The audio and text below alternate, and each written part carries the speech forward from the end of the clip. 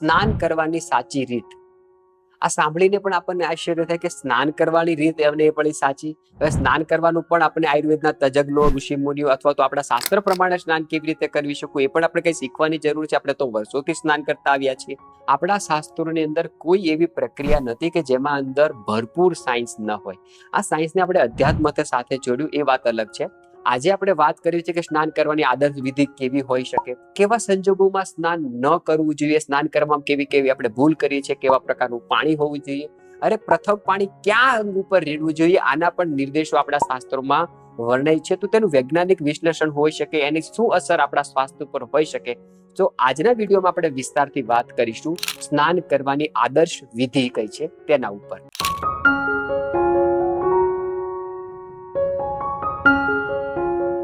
તો પ્રથમ તો વાત કરીએ કે સ્નાન કરવા માટે પાણી કેવું હોવું જોઈએ.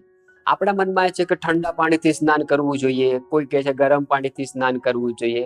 હંમેશા સમતામાં રહેવું જોઈએ. એટલે કે વધારે પ્રમાણમાં ગરમ પાણી, વધારે પ્રમાણમાં ઠંડુ પાણી. વિજ્ઞાનના પ્રમાણે સમજીએ, શિયાળો હોય, ઉનાળો હોય, ચોમાસું હોય, આપણા શરીરનું ઇન્ટરનલ જે ટેમ્પરેચર છે, આંતરિક જે વાતાવરણ છે, એ ક્યારેય વધવાનું નથી કે ઘટવાનું નથી. શિયાળો હશે તો આપણે સ્વેટર પહેરીએ છીએ, ઉનાળામાં કોઈ સ્વેટર પહેરીને ફરે છે, ગાંડો કહીશું આપણે તેને. તો ઉનાળામાં આપણે સુતરાઉ કપડાં પહેરીએ છીએ, ચોમાસાની અંદર વરસાદથી બચવા માટે રેનકોટ આપણે પહેરીએ છીએ. ઉદ્દેશ્ય શું છે કે શરીરનું આંતરિક જે તાપમાન છે તેને મેન્ટેન કરીને રાખવાનું છે.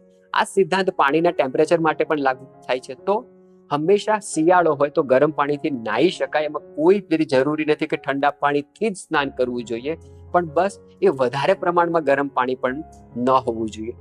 એવું પાણી જે આપણે એને હુંફાળું શબ્દ વાપર્યો છે, નવશેકો શબ્દ વાપર્યો છે, આવું જ પાણી નાહવા માટે ઉપયોગ કરવું જોઈએ. બાકીની ઋતુની અંદર નોર્મલ પાણીથી તમે નાહી શકો.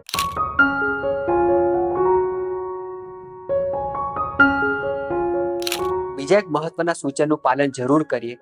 જ્યારે આપણે પ્રથમ પાણી નાભી ઉપર રેડવાનું છે, સેકન્ડ નંબરનું પાણી પગ અથવા તો માથા ઉપર રેડવાનું છે, ત્યારે આપણું શરીર પૂર્ણ રીતે ભીનું થઈ જાય તેના પહેલા નોર્મલ પાણી, ગરમ પાણી ન હોય, સાદું રૂમ ટેમ્પરેચરનું પાણી હોય, એવું પાણી મોઢામાં આવી રીતે ભરી રાખવું જોઈએ. અને પછી આપણે આખા શરીર ઉપર પાણી રેડી શકાય. અને આપણું શરીર જ્યારે પાણીથી ભીનું થઈ જાય ત્યારે એ પાણીને આપણે કાઢીને રાખી શકીએ. આનું મહત્વનું કારણ એ છે કે શિયાળાના દિવસો હશે તો આપણે ગરમ પાણીથી નાતા હશું, અને આપણા શરીરની અંદર જે પિત્ત દોષ જે છે એ આંખ ઉપર, વાળ ઉપર જે એને નુકસાન ન થાય એના માટે જ્યારે મોઢાની અંદર રૂમ ટેમ્પરેચરનું પાણી, હુંફાળું કે ગરમ ન હોય, સાદું પાણી ભરીને રાખ્યું હશે, ત્યારે આંખ અને વાળને સુરક્ષિત રાખવા માટે આ એક નાની એમથી આદત આપણને ખૂબ મદદગાર સાબિત થશે.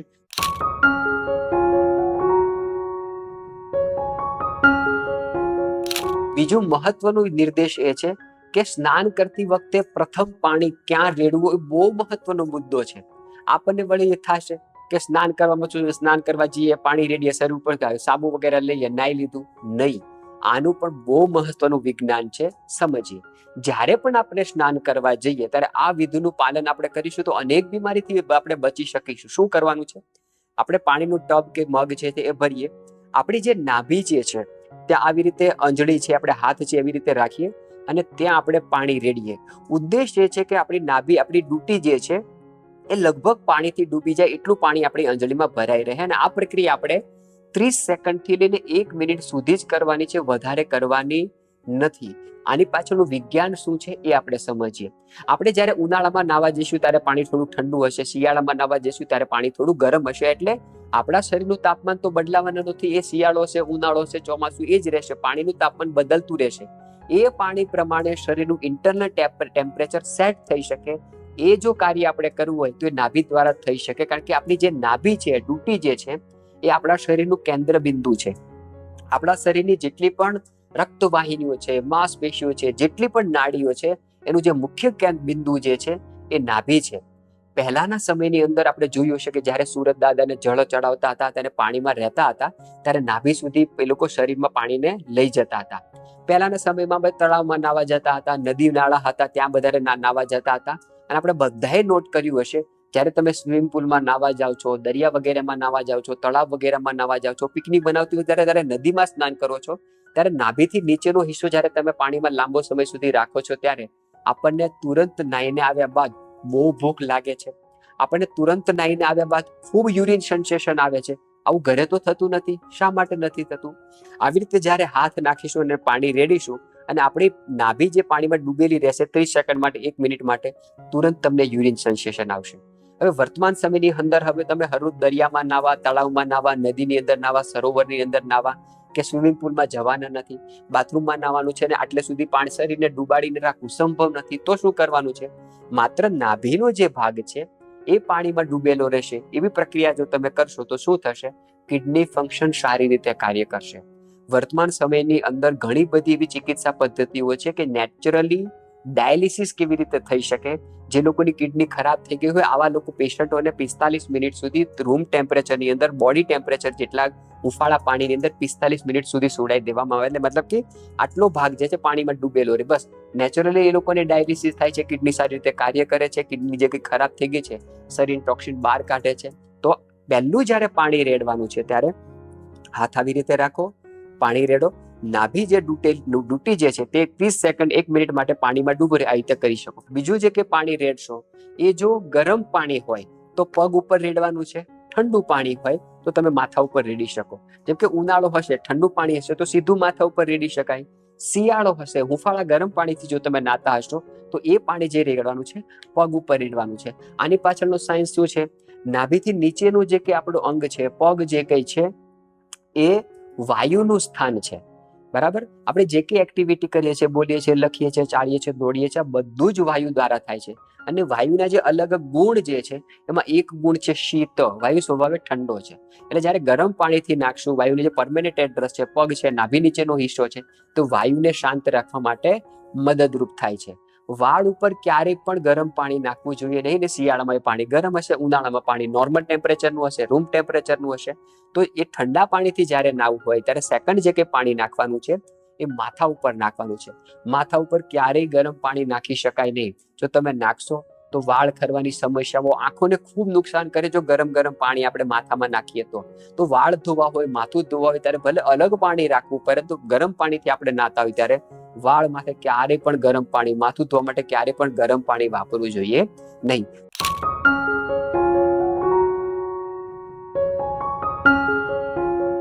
કેવા સંજોગોમાં સ્નાન કરવાનું ટાળવું જોઈએ, ન લેવું જોઈએ, કેવા સંજોગોમાં સ્નાન નિષેધ છે તેની પણ વાત કરીએ. ત્યારે જ્યારે પણ શરીરમાં ખૂબ તાવ આવ્યો હોય, શરીરનું ટેમ્પરેચર ખૂબ વધ્યું હોય, આવા સંજોગોમાં સ્નાન ન કરવું જોઈએ. આપણને બધાને અનુભવ થયો છે કે જ્યારે ફીવર આવે ત્યારે શરીરનું તાપમાન ખૂબ વધે. ઘણા લોકોનું તાપમાન 102 તાવ થઈ જાય, 104 તાવ થઈ જાય. આવા સમયમાં સ્નાન કરવાનું ટાળવું જોઈએ. કારણ કે જ્યારે પણ શરીરની અંદર કોઈ બેક્ટેરિયા, વાયરલ વગેરેનો એટેક થાય, મલેરિયા છે, ચિકનગુનિયા છે, ડેન્ગ્યુ છે, આવા વાયરસ સંબંધિત જ્યારે પણ ફીવર આવે ત્યારે શરીરનું નેચરલી સ્વભાવ છે કે શરીરનું આંતરિક તાપમાન વધે છે. કારણ કે વાયરલ જે કંઈ આવ્યો છે તે તમને ને મને બીમાર ન પડે, આપણા શરીરને નુકસાન ન થાય, એટલા માટે શરીર નેચરલી રીતે જ પોતાનું ટેમ્પરેચર વધારે છે, જેથી કરીને આ વાયરલ જે કંઈ આવ્યા છે એ નાશ પામે ને તમે ને હું નિરોગી રહી શકીએ.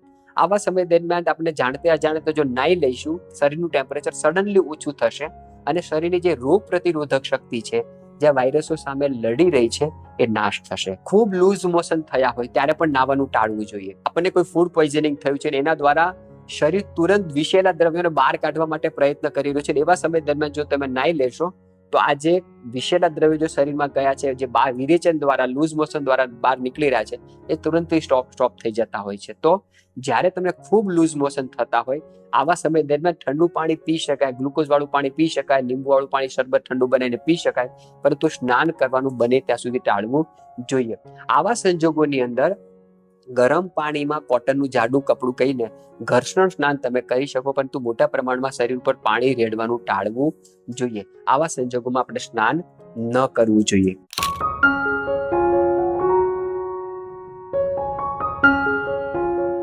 સ્નાન કરવાની એક બહુ મોટી ભૂલ આપણે કરતા હોઈએ છીએ અને વર્તમાન સમયમાં ઘણા પરિવારોમાં આ ભૂલો મોટા લોકો કરતા હોય છે, તેની પણ વાત કરીએ. એ સૌથી મહત્વની ભૂલ છે નાસ્તો કર્યા પછી અથવા તો ભોજન લીધા પછી સ્નાન કરવું. આ બહુ મોટી ભૂલ છે અને એના બહુ નુકસાન થઈ શકે. તમને થાય કે અમે તો કરીએ છીએ, કોઈ નુકસાન નથી થતા. જરૂરી નથી કે આજે જ નુકસાન થાય. જ્યારે આપણે ભોજન લઈએ છીએ તો ભોજનને ડાયજેસ્ટ કરવા માટે આપણા શરીરની અંદર જઠરાગ્નિ હોય છે, જે 90 મિનિટ સુધી ભોજનનું પાચન કરવા માટે અવિરતપણે કાર્ય કરતી હોય છે. એટલા માટે ઋષિમુનિઓએ શ્લોક પણ લખ્યો છે, ભોજનાંતે વિષમવારી, જમ્યા પછી પાણી પીવું એ ખરેખર ઝેર બરાબર છે. તો જમ્યા પછી સ્નાન કરવું એ પણ નુકસાનકારક છે, કારણ કે જ્યારે ભોજન કરીશું એને ડાયજેસ્ટ કરવા માટે જઠરાગ્નિ જે કાર્ય કરી રહી છે, એવા સમય દરમિયાન જમ્યા પછી જો તમે સ્નાન કરશો તો તેની સીધી અસર આપણી પાચન શક્તિ ઉપર થાય છે. આપણા શાસ્ત્રોકારોએ જે દિનચર્યાની સૂચિ આપી છે એમાં કમ્પ્લીટલી સિક્વન્સ વાઇઝ બધું લખેલું છે. પહેલા શું કરવું, સેકન્ડ નંબર ઉપર શું કરવું, થર્ડ નંબર ઉપર શું કરવું. એમાં સ્નાન પહેલા છે, ભોજન પછી છે. તો આપણે ઉલટું ન કરી નાખીએ. ભોજન લીધું છે, એક સમય તમે સ્નાન કરવાનું ટાળી દેશો, નહીં કરો તો ચાલશે, પરંતુ ભોજન લીધા બાદ જો સ્નાન કરશો તો અનેક બીમારીનો ભોગ આપણે બનીશું. આ ભૂલનું પુનરાવર્તન ન કરીએ. સેકન્ડ વસ્તુ શું કરીએ, જે લોકો ખૂબ એક્સરસાઇઝ કરતા હોય એ લોકો એક્સરસાઇઝ કરીને આવીને તુરંત સ્નાન કરવા જતા રહે. ગરમીના દિવસોમાં ખૂબ પરસેવો થયો છે, આવીને તમને તુરંત સારું લાગે એના માટે તમે સ્નાન કરવા જતા રહો. કોઈ મહેનત વાળું કામ કરીને આવ્યા છો, ખૂબ સ્વેટિંગ થયું છે, તુરંત તમે સ્નાન કરવા જતા રહો. આપણા વડીલો જુઓ, જ્યારે કોઈ આપણે ગરમીમાંથી બહાર આવતા ત્યારે એને પાણી પણ પીવા માટે ના આપતા, કે તમે થોડી વાર બેસો, નોર્મલ થઈ જાઓ, પછી જ તમને પાણી પીવા માટે આપતા હતા. ઉદ્દેશ્ય હતો કે જ્યારે તમે કોઈ પણ કામ કર્યું છે, શરીરની અંદર તાપમાન વધ્યું છે અને ખાસ કરીને તમને સ્વેટિંગ થયો છે અને એ પરસેવો જ્યાં સુધી સુકાઈ ના જાય ત્યાં સુધી સ્નાન કરવું ન જોઈએ. આ ભૂલનું પુનરાવર્તન આપણે વારે વારે જાણતે અજાણતે કરતા હોઈએ છીએ, તે હવે ના કરીએ.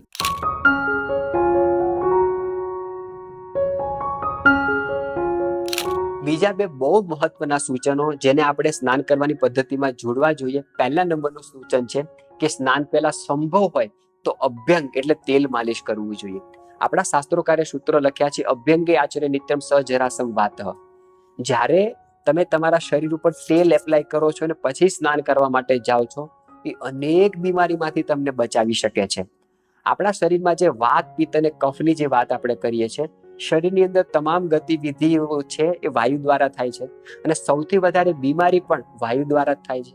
અને એ વાયુને જ્યારે તમારે સંતુલિતમાં રાખવો હોય, એ વાયુને જ્યારે તમારે મેન્ટેન કરીને રાખવો હોય, તો તેલ માલિશ તમને ખૂબ મદદગાર સાબિત થઈ શકે. તો તમારી અનુકૂળતા પ્રમાણે, તમને રુચિ થાય તેવી રીતે પ્રમાણે, તમારી સગવડ પ્રમાણે અઠવાડિયામાં 1 કે 2 દિવસ તેલ માલિશ કરીને સ્નાન કરવાની આદત જરૂર રાખીએ. ગરમીના દિવસો હોય, તલનું તેલ તમને ગરમ પડી શકતું હોય તો કોપરેલના તેલની માલિશ પણ કરી શકાય, પરંતુ અઠવાડિયાની અંદર 1 કે 2 દિવસ નિત્યમ કીધું છે, નિયમિત રૂપે ન થઈ શકે તો અઠવાડિયામાં 1 કે 2 દિવસ તેલ માલિશની આદત આપણે સેકન્ડ વસ્તુની આદત પાડીએ. સ્નાન માટે બને ત્યાં સુધી નેચરલી અને ખરબચડી વસ્તુનો ઉપયોગ કરીએ. વિચારો, આપણે જે કઈ સાબુ વાપરીએ છીએ એ ક્યારેક ખરબચડા હોય છે ખરા?